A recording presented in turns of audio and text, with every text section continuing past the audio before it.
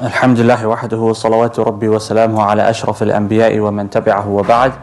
Over the last 2 weeks we've taken a recap of everything that we kind of covered before the break, and so inshallah this week we'll be taking something relatively new, although we did cover we went over the theme of this perhaps on various occasions.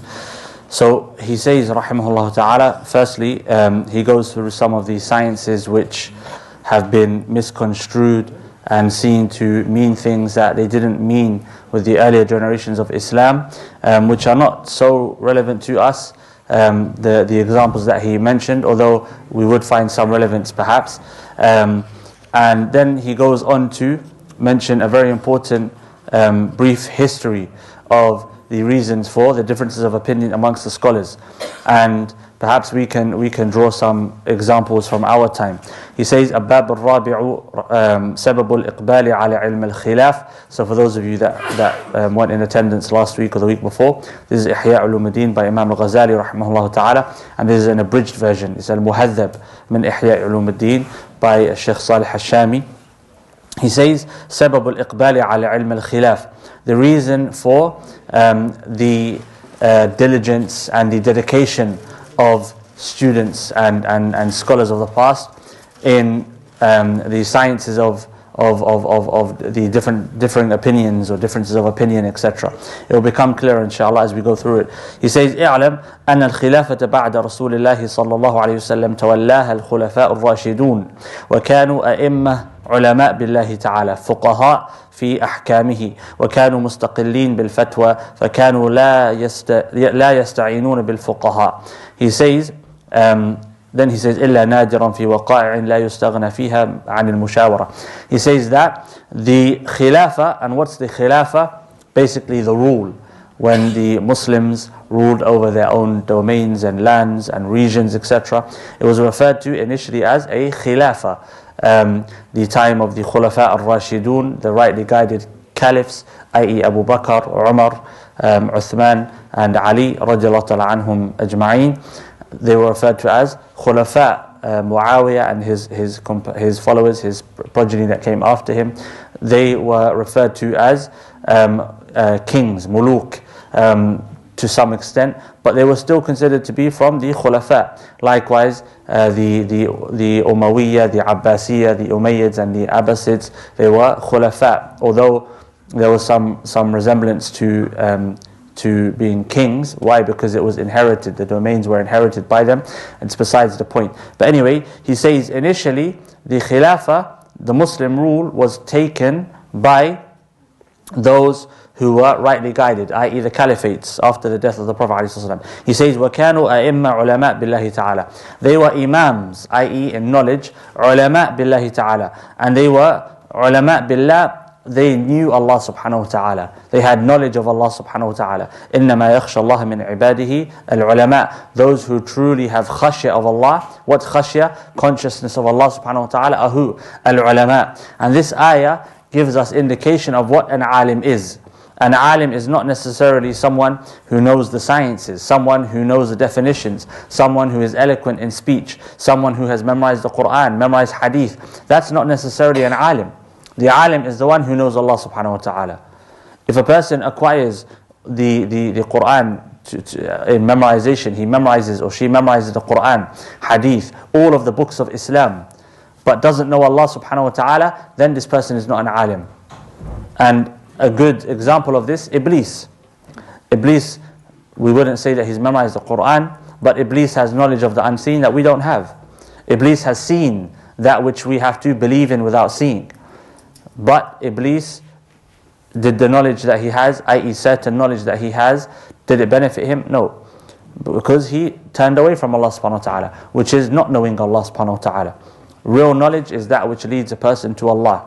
And if a person is studying knowledge, but it's not leading him or her to Allah, either there is a problem with what they are studying, or there is a problem with the way they're studying it, or there is a problem with their intention, their heart, which we'll come to see. He says, so the Khulafa, the likes of Abu Bakr radiallahu ta'ala an, Umar radiallahu ta'ala an, Uthman and Ali radiallahu ta'ala anhuma, they were imams in their own right. They were ulama, of Allah. They knew Allah subhanahu wa ta'ala. And he says fuqaha or fuqaha fi ahkamihi. They were from the scholars of fiqh. They knew the ahkam. Umar didn't have to ask someone else about the ahkam of Islam. Likewise Abu Bakr, likewise Uthman. It's not to say that they knew everything, as there are examples where Umar didn't know something, Abu Bakr didn't perhaps know something, Uthman didn't know something, and they would, as he says, فَكَانُوا لَا يَسْتَعِينُونَ بِالْفُقَهَاءِ. They would not seek aid from the scholars of fiqh, specialized fuqaha, coming from faqih, the plural of faqih, who is a scholar in fiqh. إِلَّا نَادِرًا فِي وَقَاعٍ لَا يُسْتَغْنَى فِيهَا عَنِ الْمُشَاوَرَةِ. Except for rarely. There would be instances where they would need the opinions of others. They would need to make sure that they saw it from the right perspective, and so on and so forth. And in this case, the likes of Umar and Abu Bakr, etc., they would refer to the Sahaba. The Sahaba who were likewise ulama like them, but of course lesser in status, but perhaps similar in knowledge. The later Ali radiallahu anh would have some of the tabi'een with him, who would also be extremely knowledgeable, although they were not from the Sahaba. So they did not need to have judges, basically. They didn't need an institute that was a judiciary institute. They didn't need a separate entity to give rulings. They themselves were capable of giving rulings. And that's one of the conditions. One of the conditions for a real leader is that he is a knowledgeable person. A real leader has to have knowledge of that which he is leading within. If you are leading Muslims in Islam and you have no knowledge, then you're not qualified to be a leader.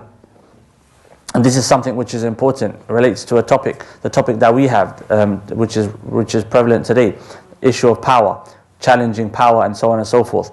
The question shouldn't be, whether power is good or not. Power is good when it's used rightly by the right person, but it's who the door of power is open to, which is where the question should lie. The door of power is open to anyone who can qualify him or herself in acquiring power. And of course, when we say him or herself, depending on what the field is. As within Islam, we have areas which are specifically for men, and we have areas which are specifically for women. Allah subhanahu wa ta'ala has defined these roles for us and defined these places for us. And if we challenge this, then we're challenging Allah subhanahu wa ta'ala.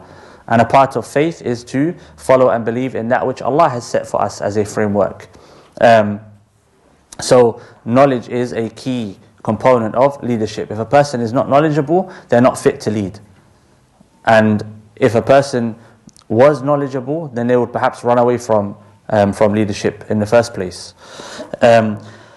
He says, فَتَفَرَّغَ الْعُلَمَاءُ لِعِلْمِ الْآخِرَةِ.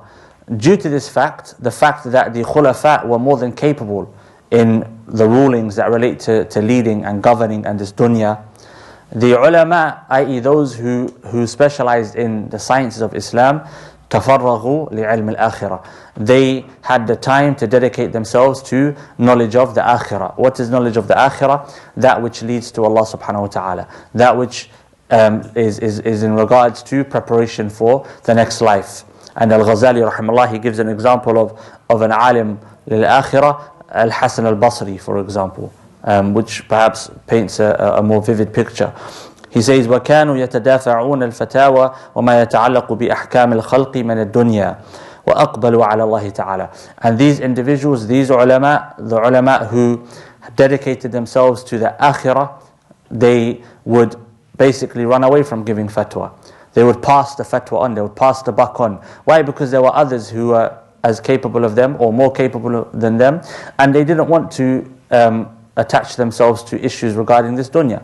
It's dangerous. The one who gives fatwa is going to be potentially questioned by Allah subhanahu wa ta'ala on Yawm al-Qiyamah for the fatwa that he or she gave. If a person comes, something as simple as wudu, someone comes to you and says, I have doubt about my wudu whenever I perform my wudu. And you tell this person, if you have doubt, do it again. And you don't try to understand, does this person have waswas? Is this person a mutasahil, they're very easy, or they're very strict? You don't know anything about this person. And you give this person a fatwa, and due to your fatwa, they end up leaving off the wudu completely, for example. Or they end up, you say to them, don't repeat the wudu if you have doubts. But they're a person who doesn't do their wudu properly. And they're coming to you looking for a reason to validate their laziness.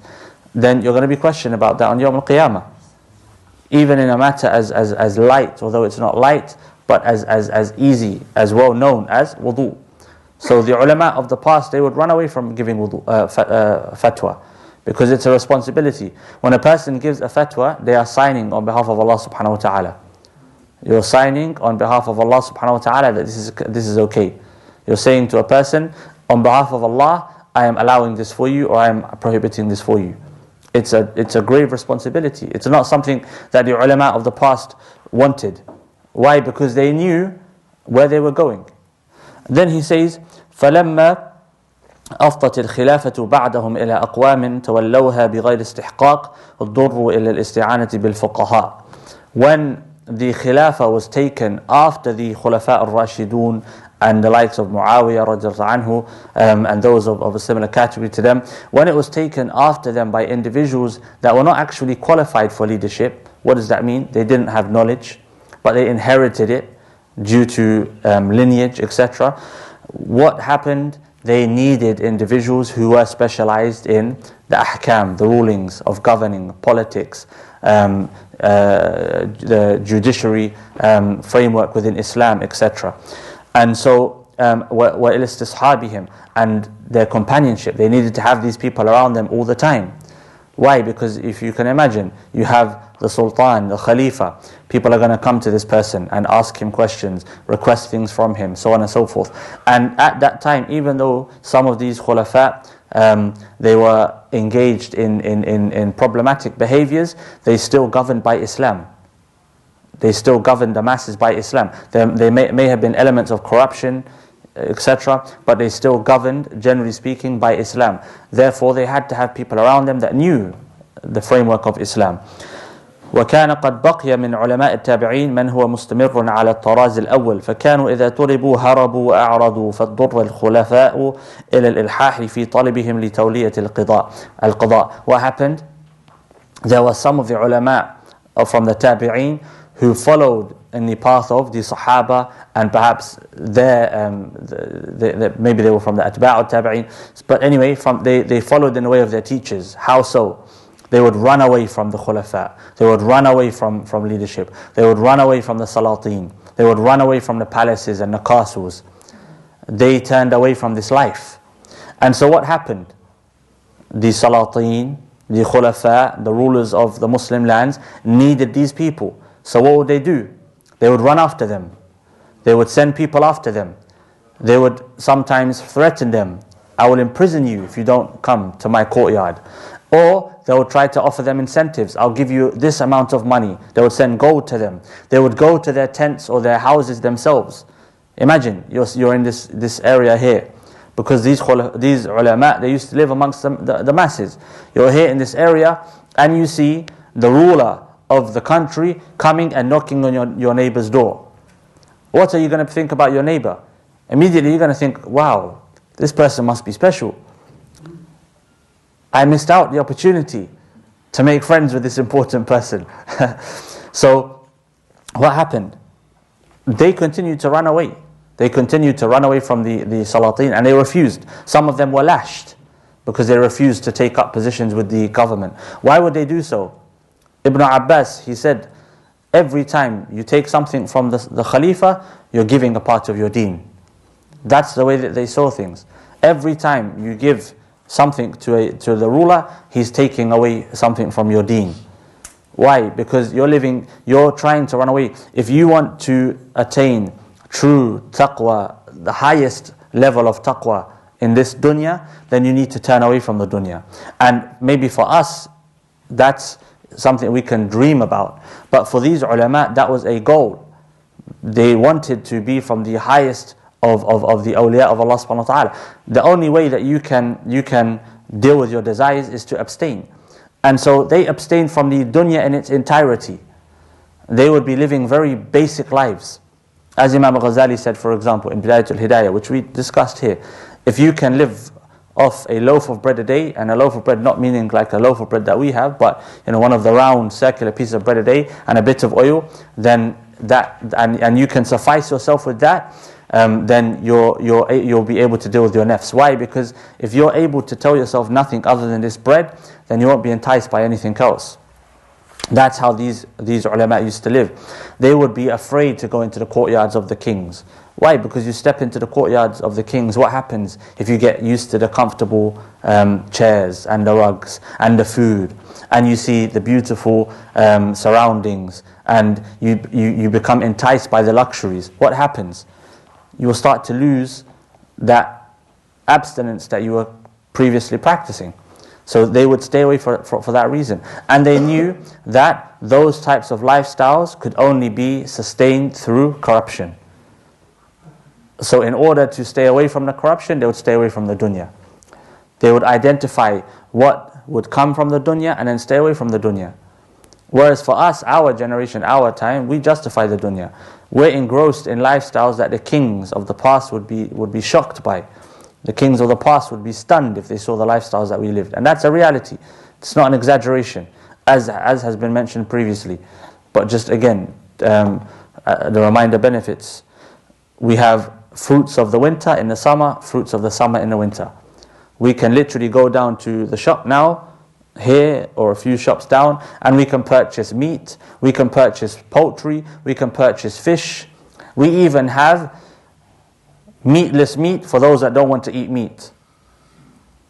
Like we have different types of sweets and cakes. We have spices from all around the world. We have sugars of various types, sweeteners of various types. This is the kings of the past didn't have these luxuries available to them. We have cotton from the four corners of the earth. We have shoes made in Italy, made in Spain, made in Portugal, made in Allah knows best. Perhaps one day the moon. That's where we're heading.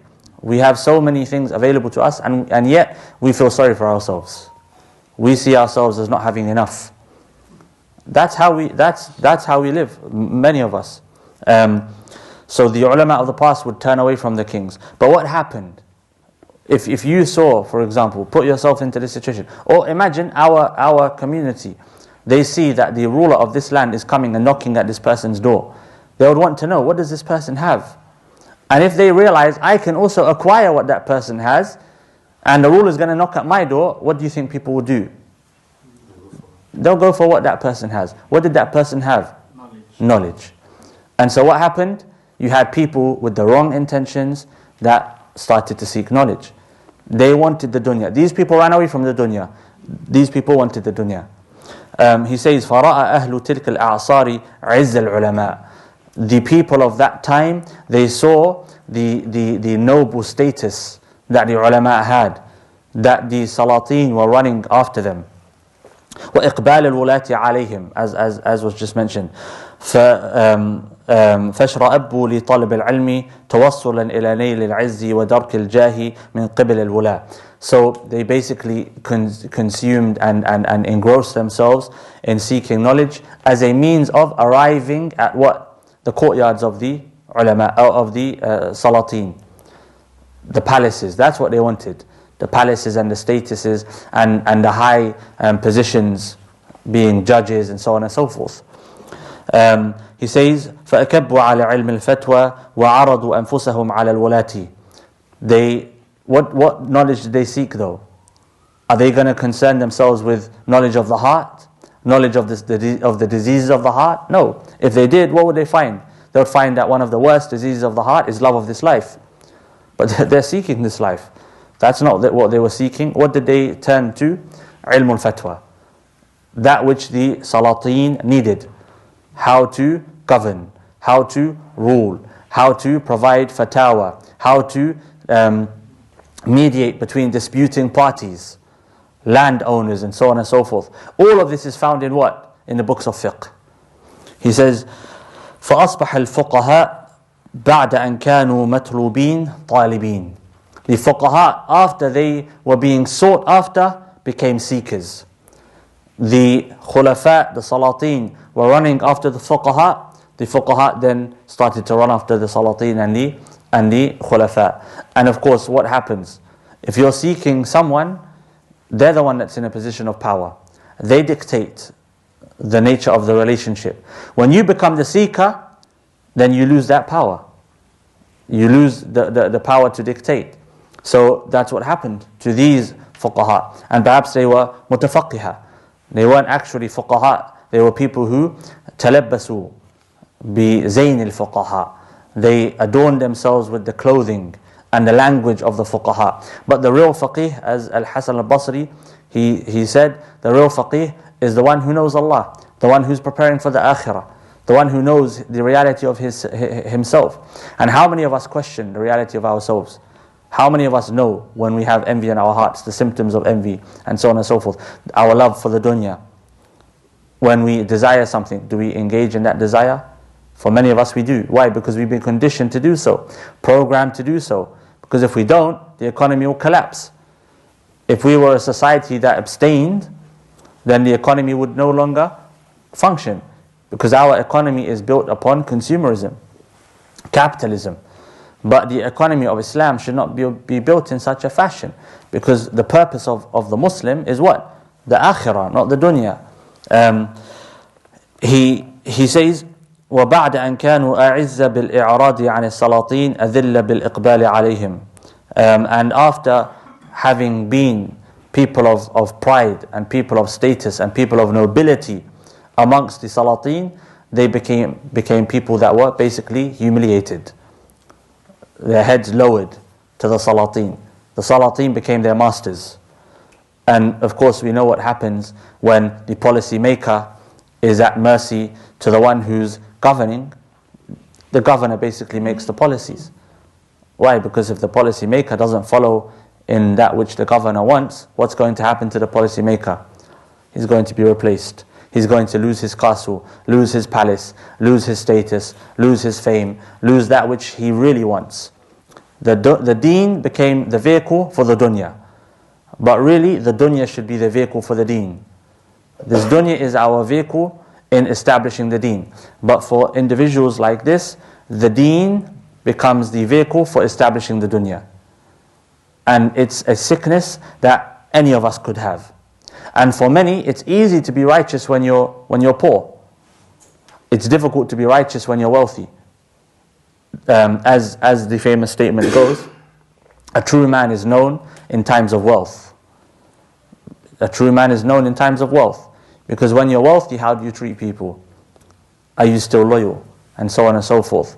And for those of us that have not yet experienced wealth, perhaps the sickness is lying dormant in our hearts. And that's why it's crucial, it's important to work on the heart, to preempt the existence of these illnesses and these sicknesses that may be in our hearts. And a person may find, perhaps a person is memorizing the Quran, perhaps a person is seeking knowledge, perhaps a person is worshipping Allah.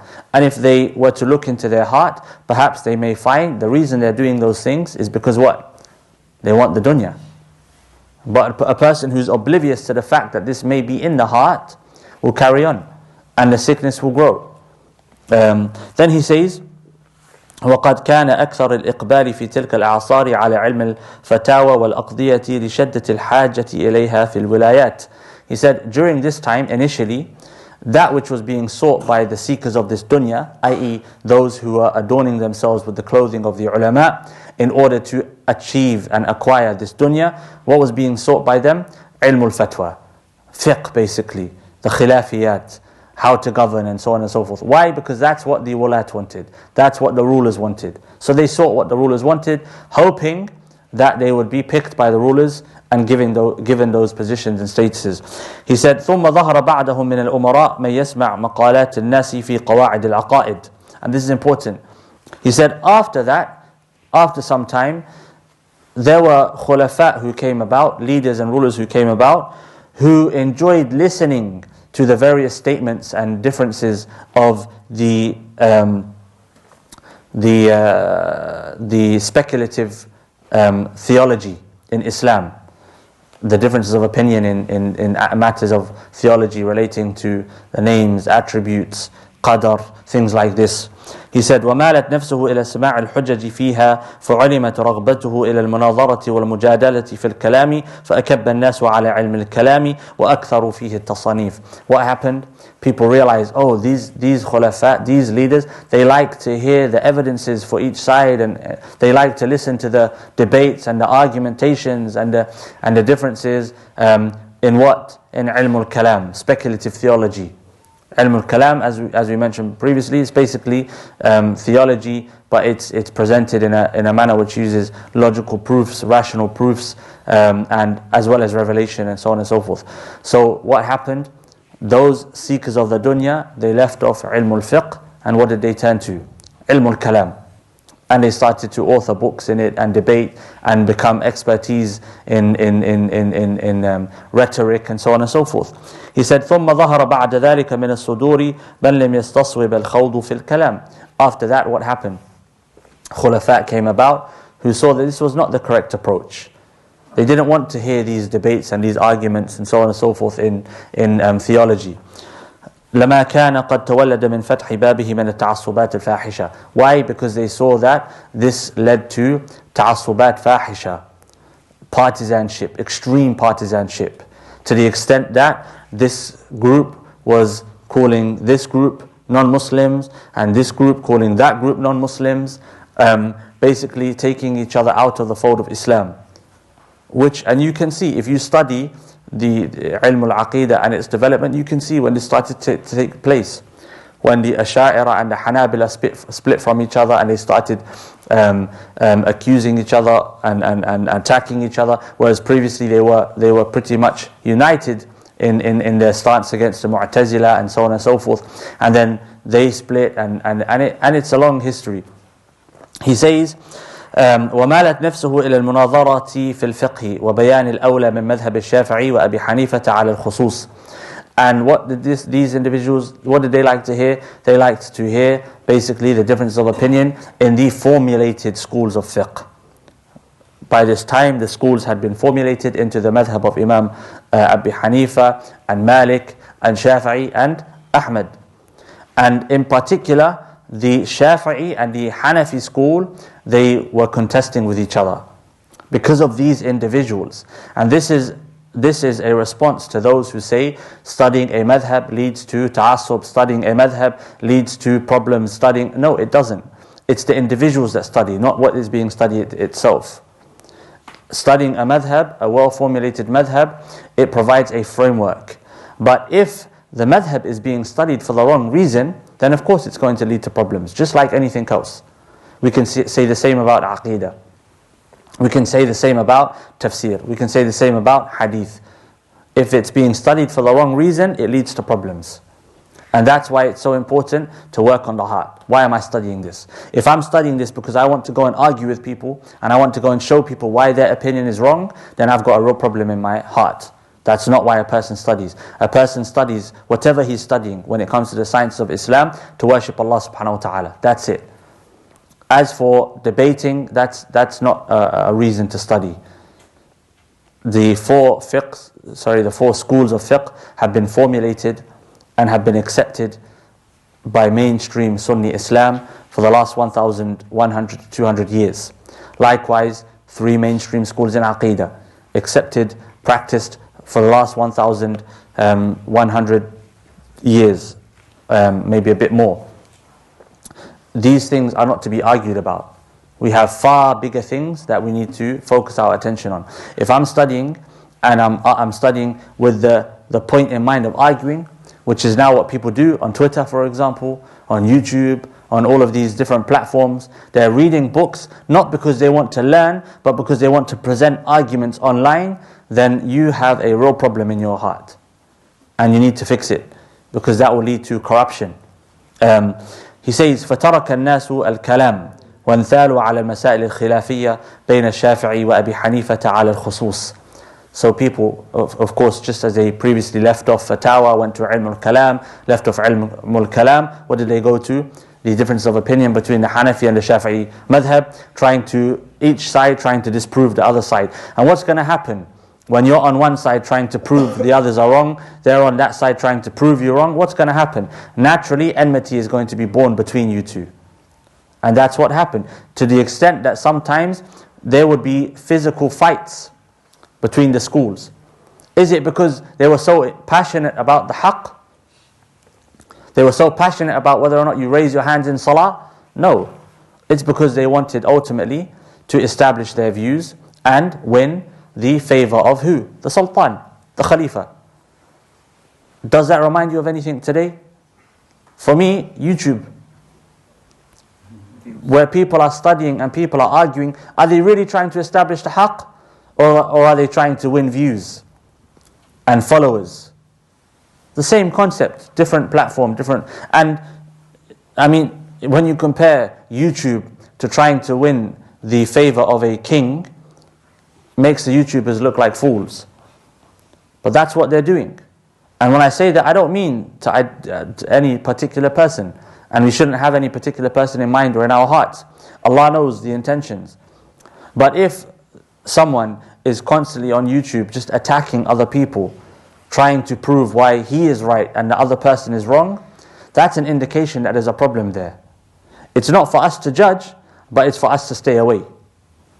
That's not why we study Islam. We study Islam to what? إِنَّمَا يَخْشَى اللَّهَ مِنْ عِبَادِهِ الْعُلَمَاء. To acquire khashya, closeness to Allah subhanahu wa ta'ala, consciousness of Allah subhanahu wa ta'ala. That's it. Nothing else.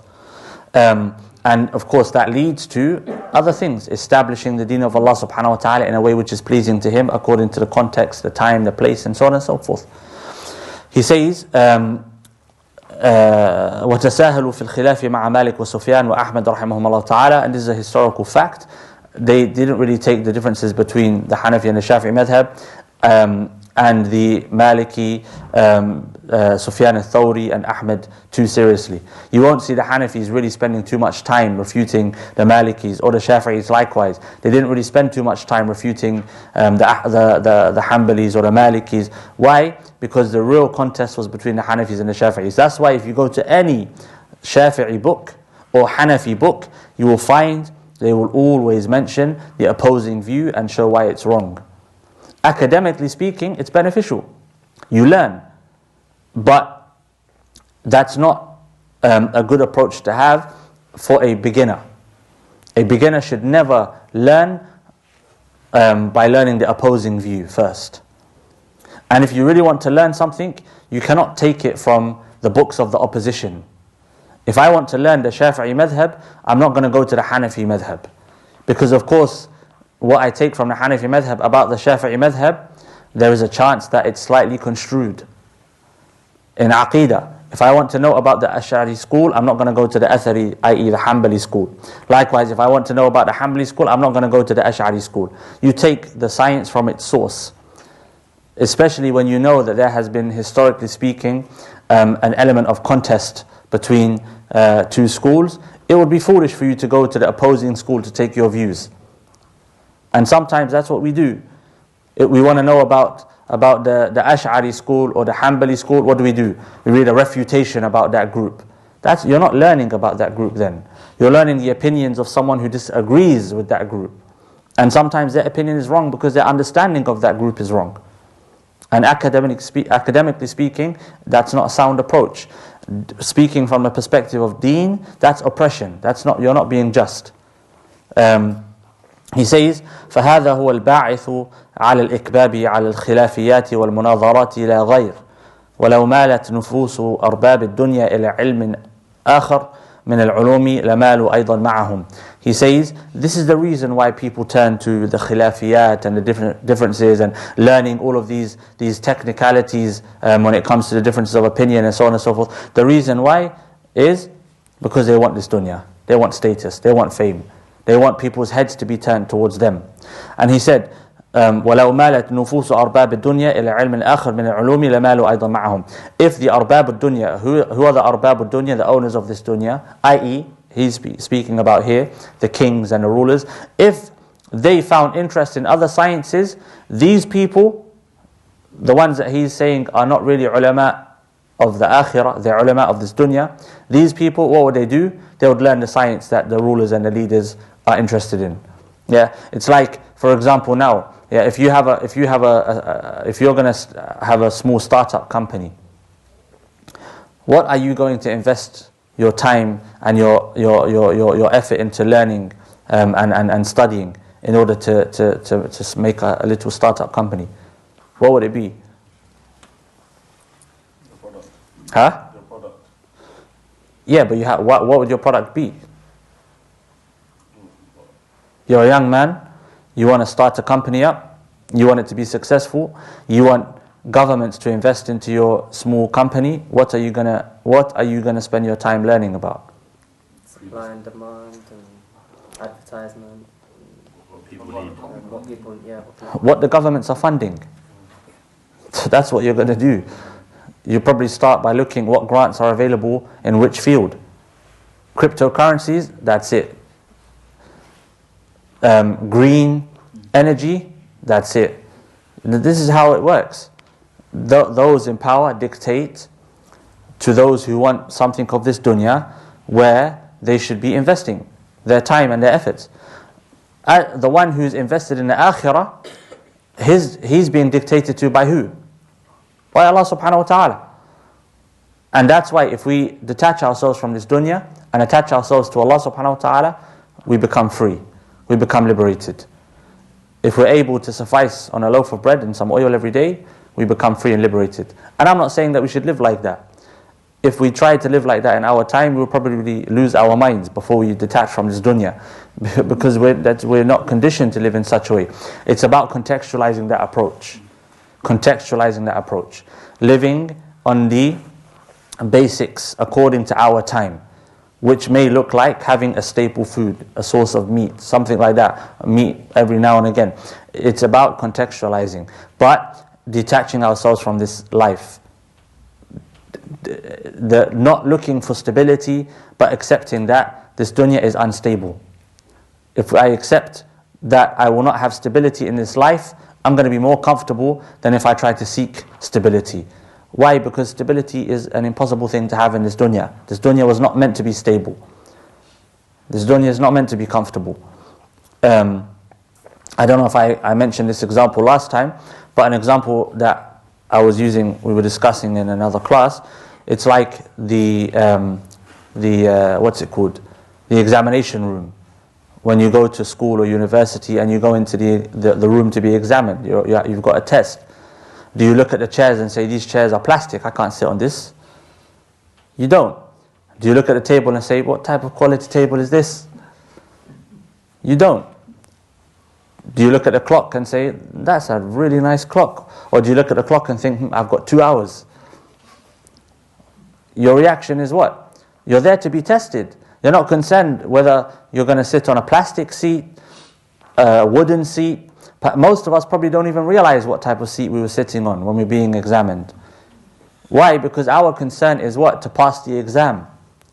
That's what this dunya is. Every single one of us, we're sitting on a chair right now, being examined. And we have a piece of paper in front of us, and we're going to find our results out when we pass away. That's what this life is. Some of us are stuck in the examination room, trying to change the chair. Working hard so that we can get a more comfortable chair to sit on in the examination room. And once we've got a nicer car, we're going to get a nicer table. Then we might upgrade our pen. Maybe have a nice meal inside the examination room. Does that make sense? It doesn't. But that's what's happening. Because this life is an examination room. We're here to be tested. And the test started when we reached the age of puberty. And the clock ends, our test is going to end when we die. That's it. So the one who's trying to beautify this place that we call an examination room really is a fool. And that's what we're doing. We're all being foolish. Because we live in a society that doesn't see this place as an examination room. We live in a society that sees this place as the place that we start and end. There's nothing else. That's not our paradigm of viewing this world. And so we have to remind ourselves, it's a test. And if you remind yourself, it's a test. Do you try to dress up before you go to an exam? For those of you that have been to an exam, do you get a nice shape up and a nice, make sure your beard's looking good, wearing nice clothes, fresh shoes? You don't. You probably don't care what you're wearing because you're so stressed out. You just want to pass the exam. That's what the early generations of Islam were like. They had no concern for this dunya. They were concerned with the akhirah. And everything they had, they utilized for the akhirah, and that's what made them successful. Then he says, أما الخلافيات التي أحدثت في هذه الأعصار المتأخرة وأبدع فيها من التحريرات والتصنيفات والمجادلات ما لم يعهد مثلها في السلف فإياك أن تحوم حولها واجتنبها اجتناب السم القاتل فإنها الداء العضال الذي رد الفقهاء إلى طلب المنافسة والمباهاة. So he's talking about there were some new khilafiyat that came about in his time. He said avoid them just as you would avoid poison that will basically kill you as soon as you consume it. And it's a reality. Why? Because it destroys your heart. Yeah, spend a week, 2, 3 weeks engaged in all of these differences of opinion and arguments that are taking place on Twitter, and you'll see that your heart becomes darkened. Turn away from them for a little while and you'll see that your heart changes. These differences of opinion are and constant arguing and being at difference with other people, it's not the natural state that the heart is meant to be in. We're not meant to have hearts that have hatred and enmity and contentment for others, especially not believers. So if the heart is constantly in that state, it leads to sicknesses of the mind and the heart. He says, وَهَذَا الْكَلَامُ رُبَّمَا يسمع من قائله فيقال الناس أعداء ما جهلوا فلا تظن ذلك فعلى الخبير سقطت فأقبل هذه النصيحة ممن ضيع العمر فيه زمانا. He says a person may hear what I'm saying, he's talking about himself here, and say, but people, they are enemies of that which they don't know, which is the case sometimes.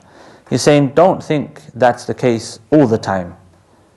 A person may know something, but they still have enmity towards it. Arrogance. I know the haqq, but I don't want to accept it. I'm going to continue to refute it and so on and so forth. Why? Because of a disease in the heart. And the Prophet ﷺ, he said that kibr is what? Kibr is to turn away from the haqq, not to accept the haqq. That's what the Prophet ﷺ said. He says, so take this nasiha, this advice, as in stay away from the khilafiyat. Stay away from people that are always talking about other people. Stay away from people that are always trying to prove why they're right and others are wrong. Stay away from these people. He says, why? Because I've spent a long period of my time in that. Remember, Imam al-Ghazali, rahimahullah, he's a person, he not only studied, he mastered the sciences of theology, rhetoric, philosophy, which are all sciences which are used heavily for debating and refuting. He refuted the philosophers. He refuted the other schools in Aqidah. He refuted the Hanafis in his books of fiqh that he authored. As was mentioned previously, the Shafi'i madhab itself is based upon his works. Al-Wasit. Minhaj is basically his work, Imam al-Ghazali's work. And Nawawi abridged it and summarized it. He is a person who reached mastery in the sciences that he applied himself to. He's a person who, he says, وَزَادَ فِيهِ عَلَى الْأَوَّلِينَ تَصْنِيفًا وَتَحْقِيقًا وَجَدَلًا وَبَيَانًا. He said, I even surpassed my predecessors in that which I authored and in my skill in debating.